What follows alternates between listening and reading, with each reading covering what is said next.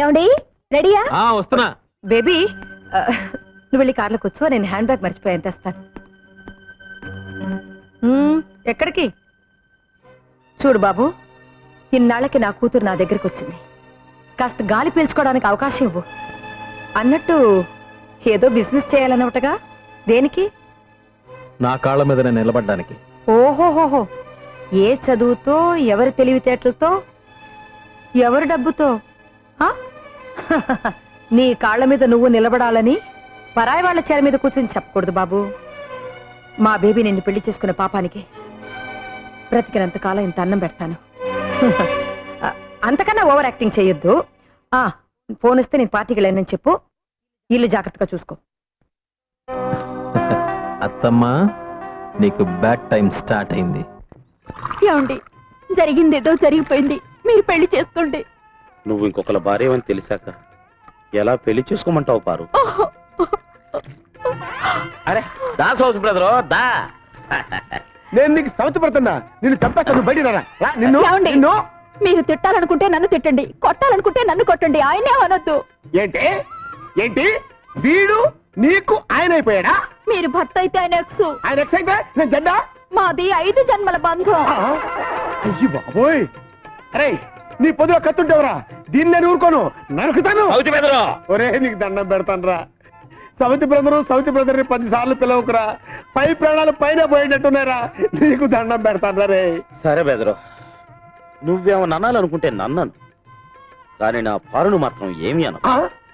నువ్వు కూడా పారనే పిలుస్తున్నావురా? అవును బెదరు, దాన్ని ఒక్క మాటన్నా నేను భరించలేను. ఓహో, అలా డిసైడ్ అయిపోయారు ఇద్దరు? అవును, పారును జాగ్రత్తగా చూసుకోవాల్సిన బాధ్యత నీకంటే నాకే ఎక్కువ. అలాగా? అవును. 2 అడుగులు కిందకైనా ఆయన, అలాగే 2 అడుగులు అయి చాలు. వస్తా వెళ్ళొస్తా, మళ్ళెప్పుడొస్తా? రేపు సందేళ్లకొస్తా. కోస్తా నీ పీక కోస్తా. చూస్తానంటే నువ్వు పద లోపలికి. తప్పుతా నిన్ను, అసలు నువ్వు పద.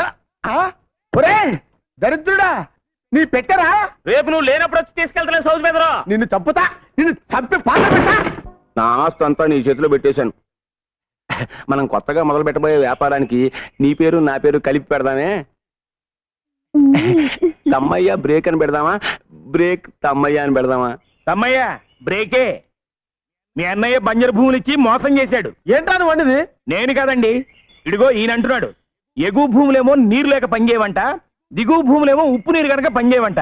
1 ఎకరం మాత్రం పనిచేస్తుంది. పోన్లే, అది కూడా ఇప్పుడు కాదండి, మనం చచ్చాక పాతి పెట్టడానికి శ్మశానం ఉండేది. పనికి రాని బంజరు భూములు ఇచ్చి నిన్ను మోసం చేశాడన్నమాట మీ అన్నయ్య. మోసం చేసింది ఆడిని కాదు. ఓయ్ సత్యమూర్తి, నిన్ను, లేకపోతే జీవితాంతం రెక్కలు ముక్కలు చేసుకుని కష్టపడి సంపాదించుకున్న భూమిని అంత తేలిగ్గా నీ చేతికి అందరిస్తానా? ఏ రోజునైతే నువ్వు వాడిని బుట్టలో వేసుకున్నావో ఆ రోజున ఈ పనికి మాలిన భూములని ఆడి పేరును రాశాను. బ్రేకు, మర్యాదగా ఈ ఊరు వదిలిపెట్టి వెళ్తావా లేదా? ఒరే తప్పురా, తల్లి లాంటిది, దండం పెట్టుకో. తల్లా నీ మధ్యలో కాలం ఉంది కాబట్టి బతికిపోయారు, లేకపోతే మెద్దరు నరికి పెట్టేవాడిని. నూనె పట్టిస్తున్నా. ఈ పని చేయడానికి ఇంటి వెనకాల చేయొచ్చు కదా. తిన్నదైనా అరుగుద్ది, కాస్త తోట పని చేయి. మీ అల్లుడిని మేమేం తినేయంలే. అల్లుడా? మా అల్లుడు అమెరికాలో ఉన్నాడు. మరి అతనెవరు? ఇతను తోట